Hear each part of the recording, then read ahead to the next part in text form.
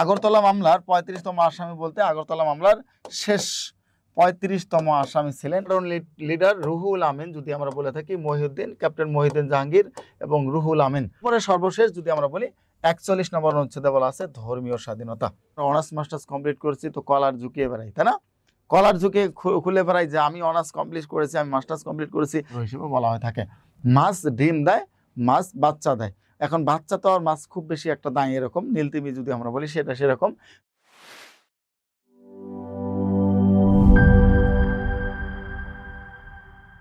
সবাইকে বেদে বাড়ি থেকে স্বাগত জানাচ্ছি। আমি শাওন মুস্তফা। আজ মূলত আপনাদের সাথে এসেছি গুরুত্বপূর্ণ দুটো টপিকস নিয়ে। একটা হচ্ছে মুক্তিযুদ্ধ আর একটা হচ্ছে সংবিধান। মুক্তিযুদ্ধ এবং সংবিধান, এটা আমি যদি বলি, মুক্তিযুদ্ধের মধ্যে আপনাদের এই সামনে যে সকল পরীক্ষাগুলো আছে সেগুলোতে সবচেয়ে গুরুত্বপূর্ণ পার্টটাই হচ্ছে আমাদের বীরশ্রেষ্ঠ। অর্থাৎ মুক্তিযুদ্ধ পার্টের মধ্যে এতদিন বীরশ্রেষ্ঠটা খুব বেশি একটা আমরা যদি দেখি যে গুরুত্ব পায়নি, সেক্ষেত্রে এখন এই বীরশ্রেষ্ঠ পরিচিতি এটা খুবই বেশি গুরুত্বপূর্ণ আপনাদের সামনের যে কোনো পরীক্ষার জন্য। পাশাপাশি সংবিধানের বেশ কিছু রুলস এবং রেগুলেশনস আছে, বেশ কিছু অনুচ্ছেদ রয়েছে যেগুলো মূলত আপনাদের পরীক্ষার জন্য সচরাচর প্রত্যেকটা পরীক্ষা কম বেশি এসে থাকে। সো এই সংবিধানের কয়েকটা রুলস বা কয়েকটা অনুচ্ছেদ নিয়ে আজকে আলোচনা করব। আর প্রত্যেকটা এই দুটো চ্যাপ্টার যদি আলোচনার ক্ষেত্রে আমি সহজ কিছু টেকনিক দেব, এই টেকনিকের মাধ্যমে আশা করি আপনাদের এই বীরশ্রেষ্ঠ পরিচিতিটা খুব সহজে মনে থাকবে এবং সংবিধানের যে রুলস বা অনুচ্ছেদগুলো আপনাদেরকে পড়াবো সেগুলো খুব সুন্দর করে আপনার আয়ত্ত করতে পারবেন। যাই হোক, আমরা এখন চলে যাই আমাদের মূল আলোচনায়। সহজ টেকনিকে বীরশ্রেষ্ঠ এবং সংবিধান। আমি আছি সবসময়ের জন্য শাওন মুস্তফা, সাধারণ জ্ঞান বিদ্যাবাড়ির শিক্ষক হিসেবে। সো আমরা যদি প্রথম প্রশ্নটা দেখি, দেখেন এখানে লেখা আছে মুক্তিযুদ্ধের 7 জন বীরশ্রেষ্ঠ এর মধ্যে প্রথম শহীদ কে? আমরা সবাই জানি যে মুক্তিযুদ্ধের বীরশ্রেষ্ঠ 7 জন, তাই না?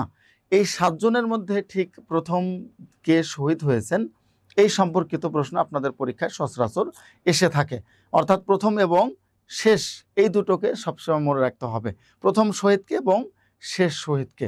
এই দুটো জায়গা আমরা যদি দেখি, প্রথমে দেওয়া আছে মুন্সি আব্দুর রউফ, মোহাম্মদ মোস্তফা কামাল, মোহাম্মদ হামিদুর রহমান এবং মতিউর রহমান।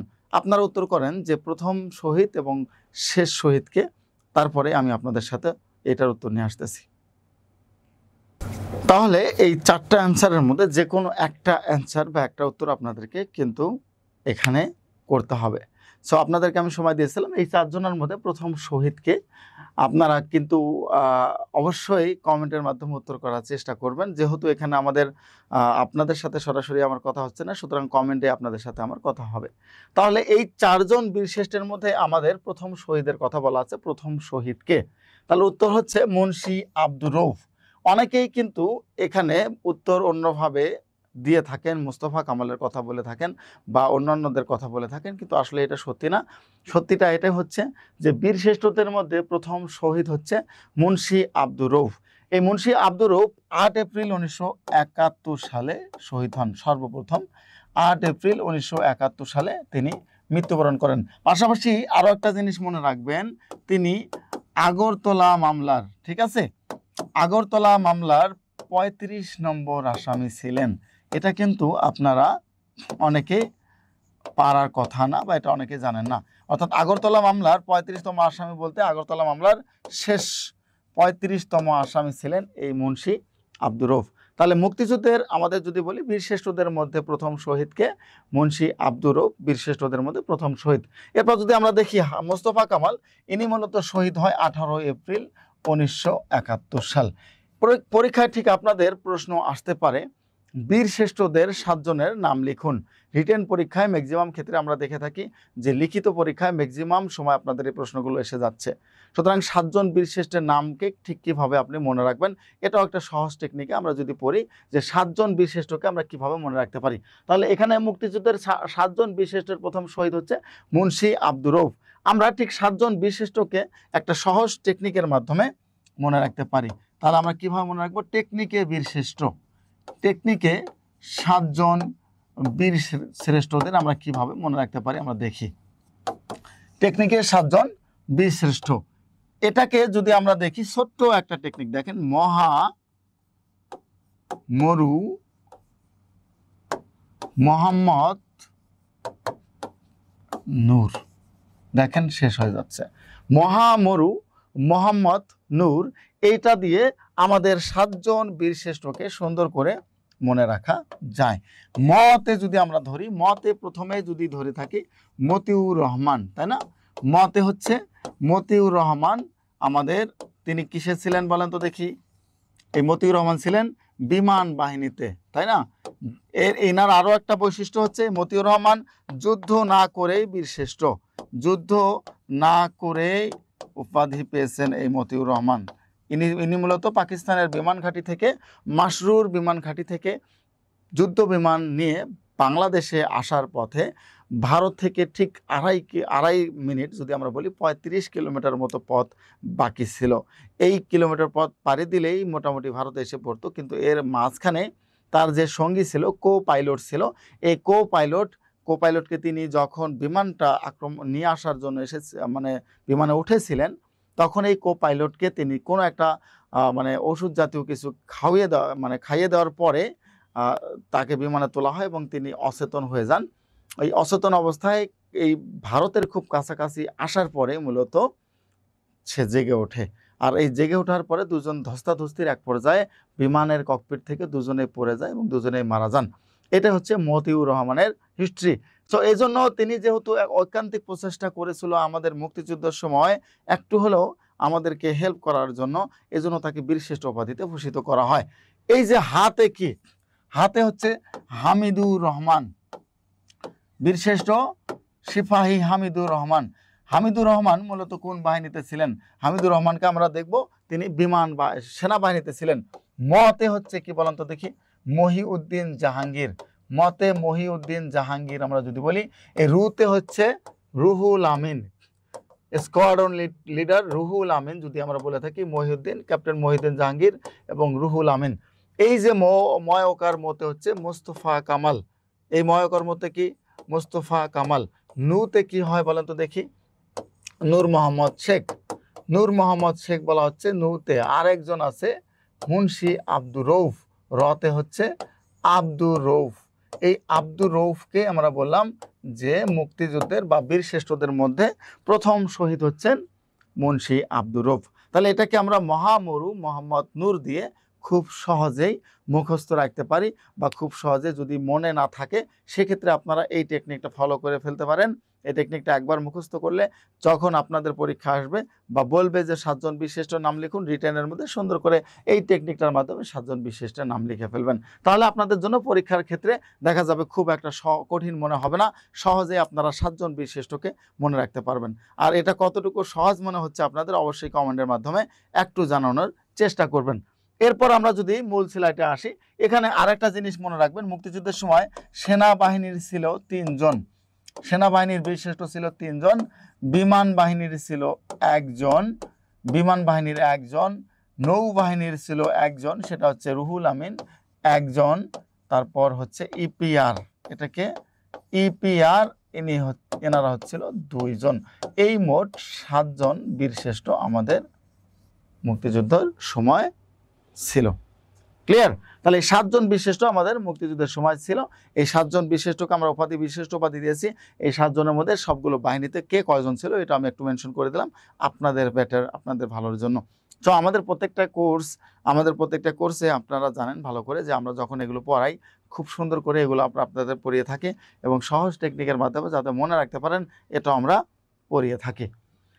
এরপর আমরা যদি আসি 2 নম্বর প্রশ্নে চলে যাব। 2 নম্বর প্রশ্নে আপনাদের দেখব কি, যে বাংলাদেশের সংবিধানের কত অনুচ্ছেদে নাগরিকের পেশা ও বৃত্তির স্বাধীনতার বিষয়ে উল্লেখ করা হয়েছে? অর্থাৎ নাগরিকের পেশা বৃত্তির স্বাধীনতা, নাগরিক ঠিক কোন পেশা নিতে পারে, কোন পেশায় চাকরি করতে পারে, মানুষের পেশা কি হতে পারে, এটার কথা বলা আছে সংবিধানের কত নম্বর অনুচ্ছেদ অনুযায়ী। সো এটা আমরা অনেক সময় দেখি যে সংবিধান থেকে অনেকেই কঠিন মনে করি, তাই পড়াশোনা করি না, একেবারে সহজ কিছু সূত্র আসে, সহজ কিছু অনুচ্ছেদ আসে যেগুলো আমরা পারি না। এটার মূল কারণ কি জানেন? আমাদের ভিতরে আগে থেকে সংবিধানের কঠিন ব্যাপারটা ঢুকে যায়। আর এই সংবিধানের কঠিন ব্যাপারটা ঢুকে যাওয়ার কারণে আমাদের মধ্যে যেটা হয় সেটা হচ্ছে সংবিধানের সহজ অনুচ্ছেদগুলো আসে, সেটাও আমরা মুখস্থ রাখতে পারি না। সো এটাকেই ঠিক কীভাবে মনে রাখা যায় দেখেন, পেশা ও বৃত্তির স্বাধীনতার বিষয়ে উল্লেখ করা আছে। এখানে 38 নম্বর দেওয়া আছে, 40 দেওয়া আছে, 41 দেওয়া আছে এবং 42 দেওয়া আছে। আপনারা উত্তর করেন দেখি কতটা, কোনটা উত্তর হতে পারে। 38 নম্বর অনুচ্ছেদে কি বলা আছে, 40 নম্বর অনুচ্ছেদে কি বলা আছে, 41 কি বলা আছে। আমি আপনাদেরকে এটা ছোট্ট একটা টেকনিকের মাধ্যমে শেখাবো। দেখি আমরা সেই ছোট্ট টেকনিকটা কি। তাহলে আমরা যদি আসি যে ছোট্ট টেকনিকটার মধ্যে আমাদের কিভাবে চল, সমাবেশ ও সংগঠনের চিন্তা করি। ঠিক আছে, চল, সমাবেশ ও সংগঠনের চিন্তা করি, তারপরে পেশা ও ধর্মীয় স্বাধীনতা ভোগ করি। ধর্মীয় স্বাধীনতা কি করি, ভোগ করি। এটার মাধ্যমে আমরা 6টা আপনাদের অনুচ্ছেদ শেষ করে দেব। চল, সমাবেশ সংগঠনের চিন্তা করি, পেশা ও ধর্মীয় স্বাধীনতা ভোগ করি। দেখি এর মাধ্যমে আমরা কোনটা কোনটাকে শেষ করতে পারি। প্রথমে আসেন, চল দিয়ে আমরা কি বলতে পারি। চল বলতে যেটা বোঝানো হচ্ছে, চল বলতে চলাচলের স্বাধীনতা। কি বলা হচ্ছে, চলাচলের স্বাধীনতার কথা বলা আছে। এই চলাচলের স্বাধীনতা সংবিধানের 36 নম্বর অনুচ্ছেদ অনুযায়ী বলা আছে যে নাগরিকদের চলাচলের স্বাধীনতা থাকবে। 2 নম্বরে আমরা যদি আসি, সমাবেশ, 37 নম্বর অনুচ্ছেদে বলা আছে সমাবেশের স্বাধীনতা থাকবে। 3 নম্বরে যদি আমরা বলি, 38 নম্বর অনুচ্ছেদে বলা আছে সংগঠনের স্বাধীনতা থাকবে। এরপর আসেন 39 নম্বর অনুচ্ছেদে বলা আছে চিন্তা ও বিবেকের স্বাধীনতা। অর্থাৎ 39 নম্বর অনুচ্ছেদে বলা আছে চিন্তা ও বিবেকের স্বাধীনতা। এটা পরীক্ষা আপনাদের এভাবে আসে, সংবিধানের কোন অনুচ্ছেদে চিন্তা ও বিবেকের স্বাধীনতার কথা বলা আছে। তাহলে সংবিধানের 39 নম্বর অনুচ্ছেদে চিন্তা ও বিবেকের স্বাধীনতার কথা বলা আছে। এবং এরপরে আসেন 40 নম্বর অনুচ্ছেদে পেশা ও পেশাবৃত্তির স্বাধীনতা। অর্থাৎ আমি ঠিক কোন পেশা যাচাই করব, আমি ঠিক কোন পেশা বাছাই করব, এটার স্বাধীনতা। এই স্বাধীনতা না পাওয়ার কারণে কিন্তু আমাদের যে সমস্যাটা হয়, আমরা স্বাধীনতাহীনতায় ভুগি। স্বাধীনতাহীনতা বুঝেছেন তো? অর্থাৎ আমরা স্বাধীনতাহীনতায় ভুগি। আমাদের জব সেক্টর বলেন, আমাদের ব্যক্তিগত লাইফ বলেন, প্রত্যেকটা জায়গায় আমরা স্বাধীনতাহীনতায় ভুগে থাকি। আমরা ঠিক কি করব, এটা আমার সমাজ ঠিক করে দেয়, এটা আমার পরিবার ঠিক করে দেয়। আমার ব্যক্তিগত স্বাধীনতার মধ্যে পেশাভিত্তিক স্বাধীনতা থাকে না। আর এই পেশাভিত্তিক স্বাধীনতা না থাকার কারণে আমরা আজকে বাংলাদেশে প্রায় 30 লক্ষর বেশি বেকার অবস্থায় আছি। অর্থাৎ আমরা কোনো একটা পেশাকে কি করে নিতে পারি না, সহজেই গ্রহণ করে নিতে পারি না। আমরা অনার্স মাস্টার্স কমপ্লিট করেছি তো কলার ঝুঁকিয়ে বেড়াই, তাই না? কলার ঝুঁকে খুলে বেড়াই যে আমি অনার্স কমপ্লিট করেছি, আমি মাস্টার্স কমপ্লিট করেছি, আমি কেন বাজারে ছোট দোকান দিতে যাব, আমি কেন মুদির দোকান করব, আমি কেন ফুচকা বিক্রেতা হব, আমি কেন বার্গার বিক্রেতা হব, আমি কেন রাস্তার ধারে সুন্দর করে ছোট্ট একটা কসমেটিক্স আইটেমের দোকান করব। এগুলো আমার মধ্যে ইগো হিসেবে কাজ করে। আর এই ইগোর মূল ধারাবাহিক ব্যাপারটা হচ্ছে আপনাকে সমাজ শিখিয়ে দিয়েছে যে এটা করা যাবে না অনার্স মাস্টার্স কমপ্লিট করলে। কিন্তু আপনি ভালো করে খেয়াল করে দেখেন, এই বেকারদের মধ্যে অনার্স মাস্টার্সে আবার একেবারে নিজের যান জীবন প্রাণ দিয়ে প্রাইভেট স্কুলগুলোতে চাকরি করতেছে, মাস শেষে 7,000, 8,000, 9,000, 10,000 টাকা বেতন দিচ্ছে। সেখানে আপনাকে কাজ করে নিচ্ছে 1 লাখ 2 লাখ টাকার, দিচ্ছে না? টাই ঘেসে ছু পরে যাচ্ছেন, অথচ আপনার পোশাকটা যে পরেছেন এটাই 1 মাসের টাকা চলে যাচ্ছে পোশাকটা ক্রয় করতে গিয়ে। কারণ কি? ওই যে আপনি অনার্স মাস্টার্স কমপ্লিট করেছেন, আপনার টাই শুতে ভালো মানায়, কিন্তু আপনি রাস্তার ধারে একজন যদি ভালো একটা কোনো একটা যদি বলেন যে সুন্দর করে একটা বার্গারের দোকান দিয়ে স্ট্যান্ডার্ড লেভেলে যদি করতে পারেন, বা কোনো নিজের মতো করে একটা ছোট্ট কসমেটিকের দোকান দিতে পারেন, একটা মুদি দোকান দিতে পারেন, একটা ছোট্ট কোনো অ্যাক্সেসরিজের দোকান করতে পারেন, খারাপ তো না রে ভাই। আপনি শিক্ষায় আছেন, সমস্যা কি? আপনি শিক্ষিত, এই জন্য আপনাকে চাকরি করতে হবে। এই স্বাধীনতা আমাকে দেয়নি। ওদের ইনকাম আপনি শুনে দেখেন, মান্থলি কম করে হলেও 50 থেকে 60,000, ইভেন কেউ 1 লাখ বা 1.5 লাখ টাকার মতো আয় করে থাকেন। কিভাবে? তাদের এই পেশাভিত্তিক স্বাধীনতায় কোনো প্রকার কি নেই, কোনো ইগো নেই। ওরাই কিন্তু আবার দেখবেন দিন শেষে সমাজের বড় মোড়ল হয়ে দাঁড়ায়। কারণ ওই হাটের মাছ বাজার, মাছ বিক্রেতা, মাছের আড়তদার, ফলের আড়তদার, এরাই একটা সময় সমাজকে শোষিত করে, দখল করে নেয়। আপনার আমার মতো শিক্ষিত যারা আছি, এই 2 টাকার কাজ করতে গিয়ে ধরা খেয়ে আমাদের জীবনের অনেক কিছু লাইফ থেকে নষ্ট হয়ে যায়। সুতরাং এটার কারণ কি? এটার মূল কারণ হচ্ছে আমাদের পেশাভিত্তিক স্বাধীনতা নাই। আর এই পেশাভিত্তিক স্বাধীনতা না থাকার কারণে আমাদের যেটা হচ্ছে, আমরা সমাজের দিকে নির্ভরশীল হয়ে যাচ্ছি। সমাজ আমাকে কি বলবে, আমি এই চিন্তা করে আমি পেশাকে নিতে পারছি না।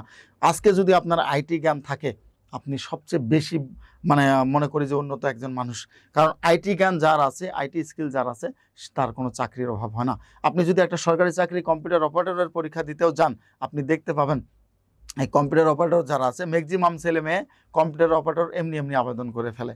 পরে কি হয়, প্রিলিতে কোয়ালিফাই করে, ব্যবহারিক পরীক্ষায় গিয়ে ফেল করে বসে আছে। তাহলে আপনি যদি ওই জায়গায় 3 মাস বা 6 মাস কষ্ট করে কম্পিউটার টাইপিংটা শুধুমাত্র শিখতে পারেন, আপনি চিন্তা করে পাবেন না এই সেক্টরে ঠিক কি পরিমাণ জব আসে। এমন কোনো চাকরি নেই যে কম্পিউটার টাইপিস্টের আবেদন বা কম্পিউটার টাইপিস্টের সার্কুলার দেয় না, এমন কোনো বাংলাদেশে মন্ত্রণালয় বা অধিদপ্তর নেই। অর্থাৎ প্রত্যেকটা আছে এবং অনেকগুলো করে পোস্ট, পাশাপাশি 14তম 13তম গ্রেডেও আপনাদের নিয়ে ফেলতেছে। কিন্তু আমরা কি করতেছি, এক ধাঁচে দৌড়াচ্ছি। ঠিক আছে, আপনি পাস করেছেন, ভালো কথা। আপনি একটা আইটি স্কিল গেইন করেন না কেন? আইটি স্কিল গেইন করেন না কেন? আপনি টাইপিংটা তো খুব বেশি কিছু না, ঘরের ল্যাপটপে আপনি টাইপিংটা শিখে ফেলতে পারেন। 2-3 মাস একটু পরিশ্রম করলে আপনি মোটামুটি হাত চালু হয়ে যায়। তারপরে দেখেন আপনি প্রিলি টেকেন, প্রত্যেকটা চাকরি পাবেন আপনি কম্পিউটার অপারেটরের, কেউ আপনাকে থামাতে পারবে না। আমাদের এখানে ষাটলিপিকার মুদ্রাক্ষরিকের যে পোস্টগুলো, ম্যাক্সিমাম পোস্ট ফাঁকা যায়, ম্যাক্সিমাম পোস্ট ফাঁকা যায়, ক্যান্ডিডেট পায় না। এখন আমরা সবাই একদিকে দৌড়াই, 10টা আসনের জন্য 1 লাখ আবেদন, এদিকে আবার 200 আসনের জন্য দেখা যায় ক্যান্ডিডেট 200 জনে পাওয়া যায় না। ষাটলিপিকার কে পারে না। সো বাংলাদেশে অনেকগুলো প্রতিষ্ঠান আছে, সেখানে ষাটলিপিকার আপনি প্রশিক্ষণ দিয়ে নেন, নিয়ে দেখেন আপনার চাকরি হয় কিনা। হবে, কিন্তু আমাদের স্কিল নেই, আমরা স্কিল্ড না। এই জায়গায় আমরা সবচেয়ে বেশি ধরা খাই বসে আছি। এই পেশাভিত্তিক স্বাধীনতার ক্ষেত্রে এটা আমাদের প্রযোজ্য হয়। তারপরে সর্বশেষ যদি আমরা বলি, 41 নম্বর অনুচ্ছেদে বলা আছে ধর্মীয় স্বাধীনতা। আমার কথাগুলো একটু কর্কশ মনে হতে পারে, কিন্তু আপনারা ভালো করে চিন্তা করে দেখেন বর্তমান প্রেক্ষাপট, বেকার কারা থাকতেছে, বেকার কেন হচ্ছে, এগুলো খেয়াল করে দেখেন। আপনি নিজেকে দিয়ে জাজ করে দেখেন আপনি কেন বেকার। আপনি অনেক কিছু থেকে বঞ্চিত, আপনি অনেক কিছু থেকে এখন পারতেছেন না, অনেক কিছু আপনার জানা নেই। মাউসটা কিভাবে ধরতে হয় আপনি জানেন না, ল্যাপটপে কিভাবে পিসি অন করতে অফ করতে হয় সেটা আপনার জানা নেই, কিভাবে একটা ওয়ার্ডশিটকে আলাদাভাবে লিখতে হয় সেটা আপনি জানেন না। সো আপনি কোথায় যাবেন? বিসিএস ক্যাডার হবেন, সমস্যা নেই। বাট আপনি যদি টাইপিং না জানেন, আপনার যদি এই আইটি স্কিল না থাকে, আপনার কি হবে জানেন? ওই যে অফিস সহকারী কাছে আপনি ধরা হয়ে যাবেন। কিছু হলে তাকে ডাকবেন, সে আপনাকে মাঝে মধ্যে দেখবেন ঝাড়ি দিয়ে বসে আছে, ধর পরে কাজ করি, সবার কাজ কিভাবে করব। অর্থাৎ আপনার ওখানে গিয়েও আপনি এখানে ধরা খাবেন চাকরির ক্ষেত্রে। তো সব দিক থেকেই আপনাকে বলবো আমি, অবশ্যই আপনি 2 সাইডটাই দেখার চেষ্টা করবেন, কারণ এখন আপনাকে স্কিল ছাড়া কোথাও আপনার জায়গা হবে না। এনিওয়ে, যেখানে ছিলাম, তাহলে সংবিধানের পেশাভিত্তিক স্বাধীনতা 40 নম্বর অনুচ্ছেদে বলা আছে। কত নম্বর? 40 নম্বর অনুচ্ছেদে বলা আছে। আর এই প্রেক্ষাপটে একটা সরকারি চাকরি আপনার জন্য ঠিক কতটা উপকার নিয়ে আসতে পারে আপনি চিন্তা করে পাচ্ছেন না। একটা অফিস সহায়ক যদি আপনি হতে পারেন, তারপরেও আপনার সামাজিক স্ট্যাটাস অনেক গুণ বেড়ে যাবে। দিনের মধ্যে আপনার এই রেজাল্টের আগে এবং পরে দেখবেন আপনার সামাজিক স্ট্যাটাসের কি অবস্থা। এটা আপনারা যারা চাকরি পেয়েছেন তারা জানেন, যারা পান নাই বা যারা আরও ভালো চাকরি করতেছেন, খুঁজতেছেন, বা ভালো চাকরি আপনারা চাহিদা আছে, তারা আপনারা বুঝতেছেন ঠিক আপনার সামাজিক মর্যাদা কোথায় এখন। ক্লিয়ার? সো আশা করি এই আমার কথাগুলোকেও একটু হলেও সবাই মনে রাখার চেষ্টা করবেন। এরপর আসেন 3 নম্বর প্রশ্ন, বাংলাদেশের সবচেয়ে বড় প্রাকৃতিক মৎস্য প্রজনন কেন্দ্র কোনটি? এই যে মৎস্য প্রাকৃতিক, অর্থাৎ প্রকৃতিগতভাবেই মূলত এখানে মৎস্য প্রজনন কেন্দ্র হিসেবে বলা হয়ে থাকে। মাছ ডিম দেয়, মাছ বাচ্চা দেয়। এখন বাচ্চা তো আর মাছ খুব বেশি একটা দায়, এরকম নীলতিমি যদি আমরা বলি সেটা সেরকম, তবে ম্যাক্সিমাম মাছের ডিম দেয়। এটা হচ্ছে প্রাকৃতিক মৎস্য প্রজনন কেন্দ্র।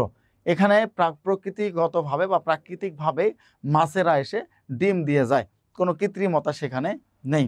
এখানে 4টা নদী দেওয়া আছে, হালদা নদী, চলনবিল, পশুর নদী এবং সর্বশেষ মেঘনা নদী। তো আমরা সবাই কম বেশি জানি যে হালদা নদীতে এই প্রাকৃতিক মৎস্য প্রজনন কেন্দ্র রয়েছে। অর্থাৎ এই কার্প জাতীয় মাছ বা রুই জাতীয় মাছ যেটা আমরা বলি, কার্প জাতীয় মাছগুলো এখানে মূলত কি করে থাকে, পোনা দিয়ে থাকে অথবা ডিম দিয়ে থাকে। এই কার্প জাতীয় মাছগুলো এই হালদা নদীতে ডিম দিয়ে থাকে, প্রচুর পরিমাণ পরীক্ষা আসে। এই হালদা নদী মূলত কেন এখানে কার্প জাতীয় মাছগুলো ডিম দেয়, অনেকে এটা নাও জানেন বা জানার আপনাদের নেই। সো এটা যদি আমি বলি, এটা একটু ইন্টারেস্টিং। হালদা নদীতে মূলত যখন পাহাড়ে ঝড় হয়, পাহাড়ে ঝড় হলে পাহাড়ের বৃষ্টির ঝর্ণার পানিটা যখন ঘোলাটে আকার ধারণ করে নদীতে পড়ে, এই সময় মাছ গিয়ে সেখানে ডিম দেয়। ঘোলা পানি না হলে ডিম দেওয়া যায় না বা ডিম দেয় না মাছ, মানে স্বচ্ছ পানিতে মাছ ডিম দিচ্ছে না বা দেয় না। এই সময়ের জন্য মাছেরা অপেক্ষা করে যে পাহাড়ে কখন বৃষ্টি হবে, কখন পানি ঘোলা হবে, ঝর্ণার পানি কখন নদীতে পড়বে।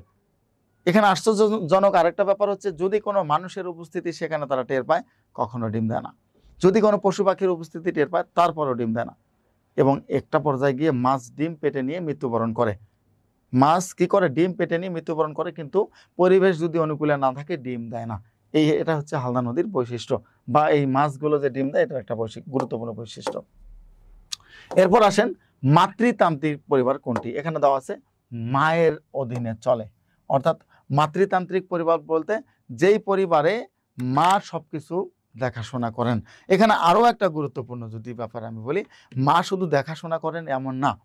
এখানে মা এই সমাজে কি করে, মায়েরা অর্থাৎ মেয়েরা ছেলেদেরকে বিয়ে করে মায়ের বাড়িতে নিয়ে আসেন। অর্থাৎ ছেলেদের শ্বশুর বাড়ি হয় তাদের স্থায়ী ঠিকানা। ইন্টারেস্টিং না? ছেলেদের শ্বশুর বাড়িতে হয় তাদের স্থায়ী ঠিকানা, অর্থাৎ তাদের বাবার বাড়ি থাকে না। এই জন্য তারা মায়ের পরিচয়, বাচ্চারা মায়ের পরিচয় বড় হয়। পাশাপাশি আরও একটা গুরুত্বপূর্ণ ব্যাপার হচ্ছে, এখানে মেয়েরাই সবচেয়ে সংসারের খরচ টরচগুলো জুগিয়ে থাকেন। তারা কাজকর্ম করেন এবং হাজব্যান্ডকে লালন পালন করেন। সো আমাদের সমাজেও তো এটা হলে আর সুন্দর হতো, তাই নাকি? মেয়েরা কি মনে করেন? ছেলেরা তো অনেক খুশি হবেন, তাই না? সো এটা এই পরিবারে হয়, অর্থাৎ মেয়েরা গিয়ে ছেলের বাড়ি থেকে ছেলেকে বিয়ে করে মেয়ের বাড়িতে নিয়ে আসে এবং ছেলে মেয়ের বাড়িতেই বসবাস করা শুরু করে। বাংলাদেশের কিছু উপজাতির মধ্যে এটা আছে। এটা যদি আমরা দেখি, মাতৃতান্ত্রিক পরিবার কোনটা আছে? খাসিয়া, সাঁওতাল, মণিপুরি এবং চাকমা। বলেন দেখি কোনটা হতে পারে? খাসিয়া, সাঁওতাল, মণিপুরি এবং চাকমা। এটা মনে রাখবেন, মাতৃতান্ত্রিক ছাড়া বাকিগুলো সবাই পিতৃতান্ত্রিক পরিবার। তাহলে মাতৃতান্ত্রিক পরিবার দেখতে দেখতে বাংলাদেশে 2টা মাতৃতান্ত্রিক পরিবার আছে, এখন পর্যন্ত রানিং চলতেছে। এটাকে সুন্দর করে মনে রাখা যায়। সেটা কি? মা মামা বাড়ি থেকে গরু ও খাসি আনলো। ওকে, মা মামা বাড়ি থেকে গরু ও খাসি আনলো। অর্থাৎ মা বলতে যেটা বোঝানো হচ্ছে মাতৃতান্ত্রিক, তাই না? মাতৃতান্ত্রিক, মা বলতে মাতৃতান্ত্রিক পরিবারকে বোঝানো হয়। মামা বাড়ি থেকে এই যে গরু বলতে যেটা বোঝানো হচ্ছে, এটা অন্যভাবে না দরকার নেই। গতে হচ্ছে গারো উপজাতি এবং খাসিতে বলতে খাসিয়া উপজাতিকে বোঝানো হয়। গরু এবং খাসিয়া বলতে গারো এবং খাসিয়া উপজাতিকে বোঝানো হচ্ছে। তাহলে মামা বাড়ি থেকে গরু ও খাসি আনলো। এই যে খাসিতে খাসিয়া এবং গরুতে বা গতে হচ্ছে গারো। গারো এবং খাসিয়া পরিবার বাংলাদেশে এখন পর্যন্ত মাতৃতান্ত্রিক পরিবার হিসেবে রয়েছে। আর বাকিগুলো ওরকম না। আর বাকি যা কিছু আছে প্রত্যেকটা পরিবার হচ্ছে পিতৃতান্ত্রিক। শুধু মাতৃতান্ত্রিকটা মনে রাখলে বাকিগুলো এমনিতেই পিতৃতান্ত্রিক হিসেবে আপনারা নিয়ে নিতে পারেন। তাহলে বাংলাদেশে এই 2টা খাসি এবং গারো এখন পর্যন্ত মাতৃতান্ত্রিক পরিবার বিদ্যমান রয়েছে। আমরা তাহলে সুন্দর করে টেকনিক দিয়ে মামা বাড়ি থেকে গরু ও খাসি আনলো, এটা মাতে মাতৃতান্ত্রিক, খাসিতে খাসিয়া, গরুতে গারো। গারো উপজাতি এবং খাসি উপজাতির তারা মাতৃতান্ত্রিক হয়ে থাকে। মায়ের বাড়িতে মায়ের পরিচয় তারা বড় হয়ে থাকে। এই মোটামুটি আপনাদের সাথে আজকে আমার গুরুত্বপূর্ণ 4টা প্রশ্ন নিয়ে আমি এসেছিলাম। আশা করি যে 4টা প্রশ্ন আপনাদের কাজে লাগবে এবং সামনের পরীক্ষাগুলোতে একটা না একটা কমন পাবেন ইনশাল্লাহ। আর আমাদের এই পরীক্ষা, এই পড়াগুলো, এই লেকচারগুলো, এই যে ক্লাসগুলো, এগুলো আমরা প্রত্যেকটা কোর্সে আমাদের স্যারেরা স্পেশালভাবে আমরা পড়িয়ে থাকি এবং গুরুত্বপূর্ণভাবে আমরা পড়িয়ে থাকি, গুরুত্বের দিক দিয়ে আমরা পড়িয়ে থাকি। পাশাপাশি আপনারা যারা আমাদের ক্লাসগুলো করেন তারা নিশ্চয়ই জানেন যে আমাদের ক্লাসগুলোতে ঠিক আমরা আপনাদের সমানভাবে এই সকল পড়াগুলো সুন্দর করে পড়িয়ে থাকি। সো আমাদের এখন পর্যন্ত সকল ব্যাচ রানিং কন্টিনিউ চলছে। আমাদের এনটিআরসিএ ব্যাচ রানিং চলছে, আমাদের বিসিএস ব্যাচ চলছে 49, আমাদের 11 থেকে 20তম এবং আমাদের প্রাইমারি ব্যাচ এখন পর্যন্ত রানিং আছে। আপনারা চাইলে এই ব্যাচগুলোতে ভর্তি হতে পারেন, এনরোল করতে পারেন। এই নাম্বারে যোগাযোগ করে আপনারা বিস্তারিত জানতে পারবেন। 09644333300।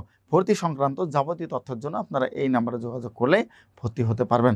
আর আমাদের এখন পর্যন্ত ভর্তির ক্ষেত্রে আমরা যদি জানি, আমাদের বিদ্যাবাড়িতে এখন পর্যন্ত চলমান কোর্সগুলোর মধ্যে বিসিএস রয়েছে, ব্যাংক রয়েছে, এনটিআরসি রয়েছে, প্রাইমারি রয়েছে এবং সর্বশেষ 11 থেকে 20তম গ্রেডের যে কোনো চাকরির জন্য আমাদের ব্যাচগুলো রানিং আছে।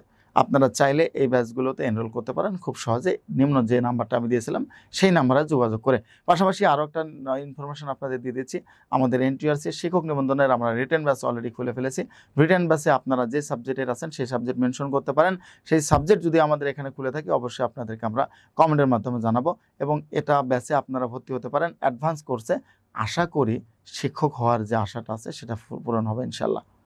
আজকের মতো এখানেই বিদায় নিচ্ছি। আগামীতে আবার কোনো গুরুত্বপূর্ণ লেকচার, গুরুত্বপূর্ণ টপিকস নিয়ে আপনাদের সামনে হাজির হব। সে পর্যন্ত সবাই ভালো থাকবেন, সুস্থ থাকবেন। আল্লাহ হাফেজ।